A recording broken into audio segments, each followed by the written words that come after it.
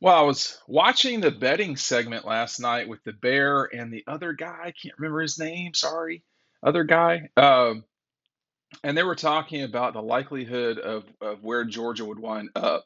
And in perspective here, uh, all the rankings have come out, the AP rankings and the college, excuse me, and the coaches ranking. Georgia's both number three in both. ESPN has something called FPI, which is not a real thing, and they have the Dogs at number three as well.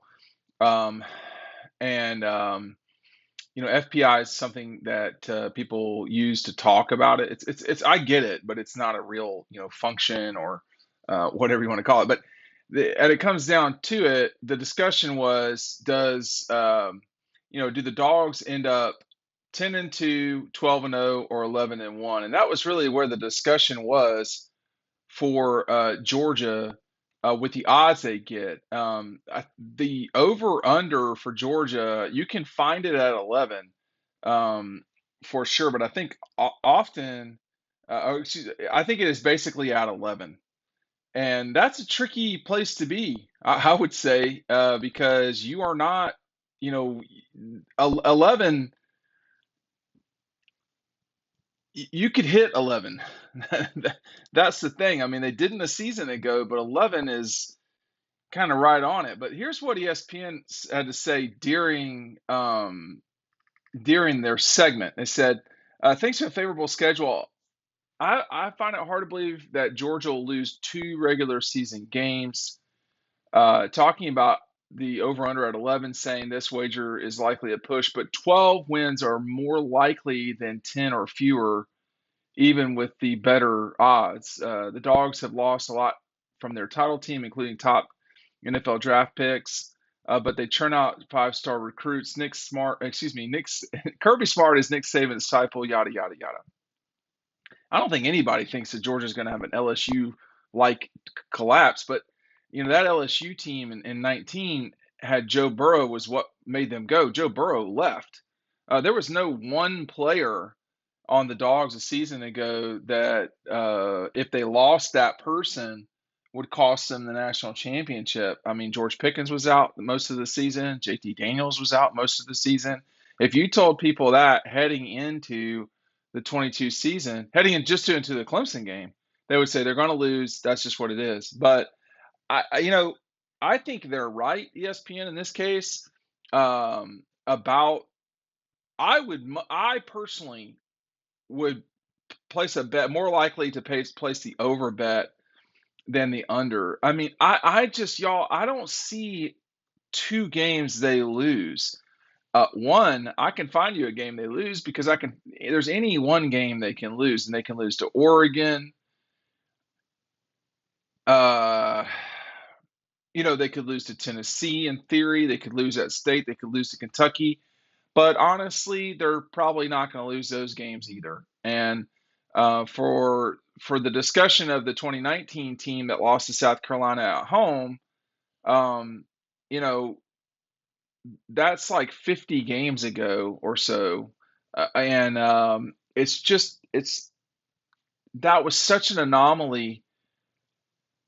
I don't think that Georgia would lose at Missouri. I think that's hard to for me to see. But at State, possibly.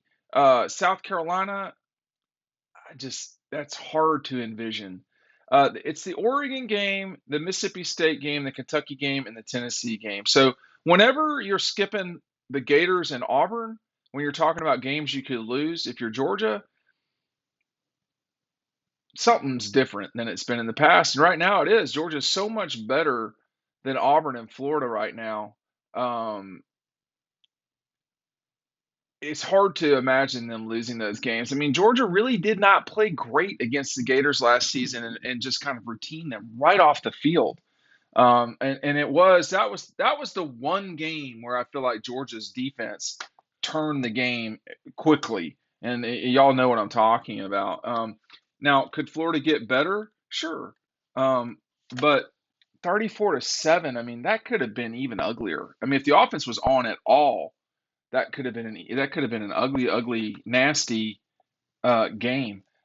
but Georgia and Florida are in totally opposite situations than they were a decade ago or more, really in the '90s, when the Gators were the team, were the program that had the better program, and we're just not at that spot anymore. Make sure you're picking up DAWGSTRUCTION today. Um, if while supplies last, you get the 2022 season preview included. I'm not sure how much longer supplies will be lasting on that front. All of the annual subscribers at dogpost.com are getting this in the mail this week. I say this week because I can't control the post office, but pick them up today. Make sure you've got it all read. Now, look, this is 50 pages of nothing but Georgia, and it ain't all pictures. There's plenty of written words here. So, for those of us who grew up in DeKalb County, this might be challenging reading, but I think I can get through it. Let me know if you see typos. We also actually have QR codes for all of our social outlets. If you don't follow us on TikTok, you're missing out on some entertainment. But pick these up today, and our friends at Red Zone on Clayton Street, they've got it too. Walk north from the arch, take a left at Mrs. Harry's, and you'll be at Red Zone in no time. It's hard to see two losses. I could see Georgia losing any of the games I'm about to mention, and I'm going to say some that it probably make no sense.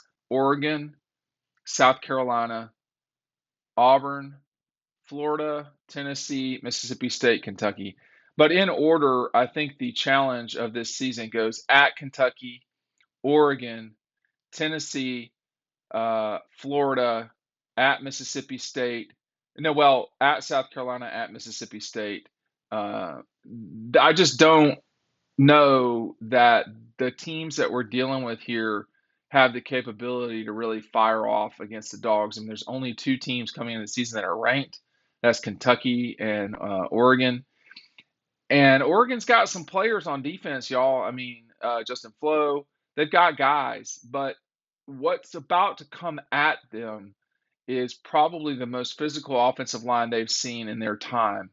Um, Maybe with the exception of Utah, but I don't even know about that. I mean, I think Utah is physical, but I think once you start talking about Georgia, Alabama, Ohio State, Clemson's defense, not their offense, but the physicality of those three and a half, 4 and a half teams is a different level than you see in the rest of college football. That's why you saw the only team that held Georgia to fewer 24 points a season ago was Clemson.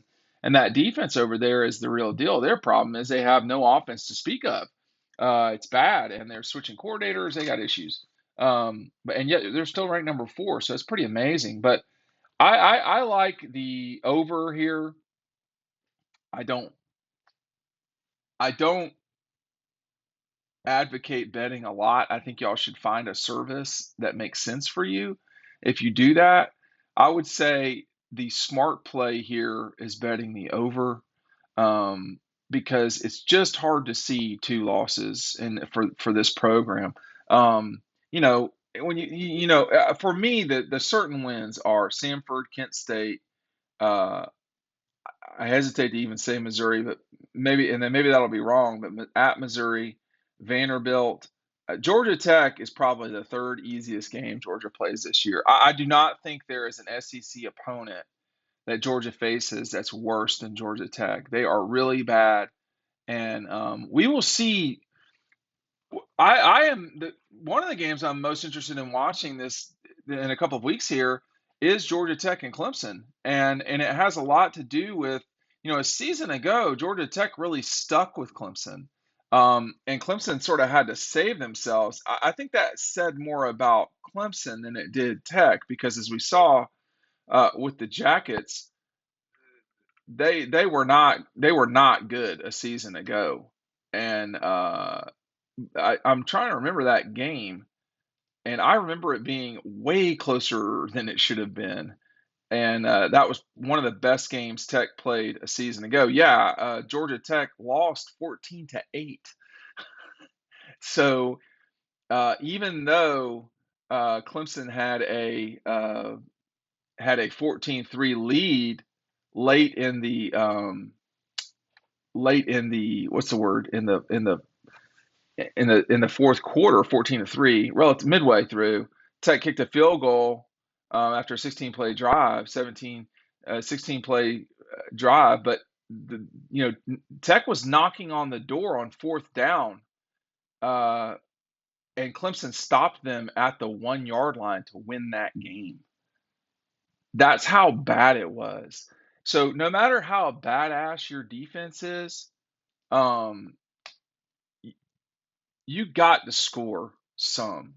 And I think that's one of the reasons why Georgia will likely win at least 11. I would say the over on this bet though.